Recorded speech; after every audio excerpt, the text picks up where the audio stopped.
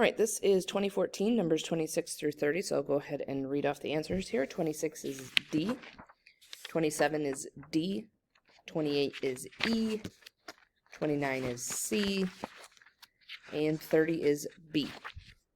Okay, so as always, just watch the ones you need to. Okay, so when I'm looking at the box plot compared to the histograms here for 26, I'm thinking about shape. So I notice if I look from my median to the left and from my median to the right, there's a much bigger range of data from my median to the left than there is my median to the right. So we would say this is skewed left. So I could eliminate like this one that's skewed right, this one that's symmetric, and this one that's roughly kind of uniformish symmetric.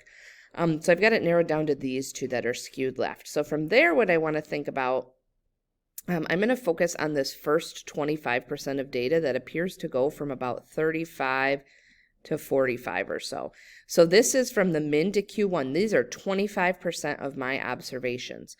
So when I look here from 35 to 45 approximately, and this one from 35 to 45, okay, so this one has a good chunk of the data between 35 and 45. Here I only have what appear to be 2 observations. So 25% of my observations is not going to be 2, right? There are far more than 8 observations here total overall. So the only one that's realistic would be D. All right, so this one would be out. There's not enough observations there to be the first quartile. Okay, looking at the next one. So we have to pick which test is appropriate. So if we're looking at the differences here, so mu sub D is the difference for each swimmer, right?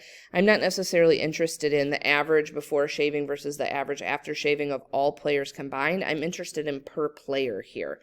That would really, or per swimmer, that would show if there was a significant difference. So I do want a paired t-test. Okay, so these would all be gone. 2 sample would mean I'm looking at the average before for all of them versus the average after for all of them. I don't want to do that. I want to look per swimmer. And I think they're going to be faster. Or I want to see if they're faster after shaving their heads. So when I look at X1 minus X2, I think X1, the before time, is going to be bigger. So we think we're going to get positive numbers when subtracting, so greater than 0. Next one here, so we come up with the confidence interval. So this interval would be 0.48 to 0.56 if we compute it.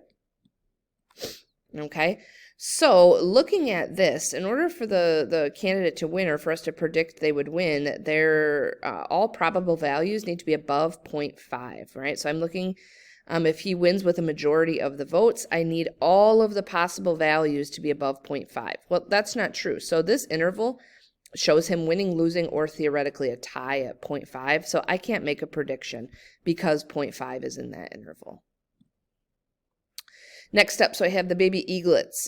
So it's possible they both survive, only one survives, or neither survives. So I'm going to focus on neither surviving because notice all of the values are different here. So if I can figure out the probability of 0 surviving, I can figure out which one it is. So the probability that neither survives. So there's a 50% chance the first eaglet survives or a 50% chance he dies. So then they say, if the older eaglet does not survive, the younger eaglet has a 30% chance of survival. So that must mean there's a 70% chance that it does not survive. So this is the first one not surviving and the second one not surviving based on the first not surviving.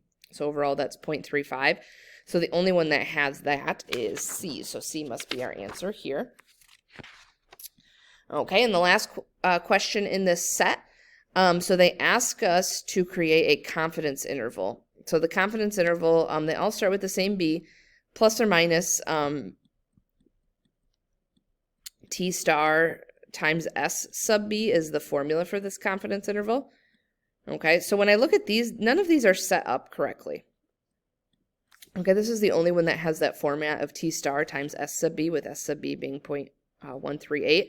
So I just need to find the appropriate T star. So when I do that, I know my sample size here is 23. When I'm doing this test, DF is equal to your sample size minus 2.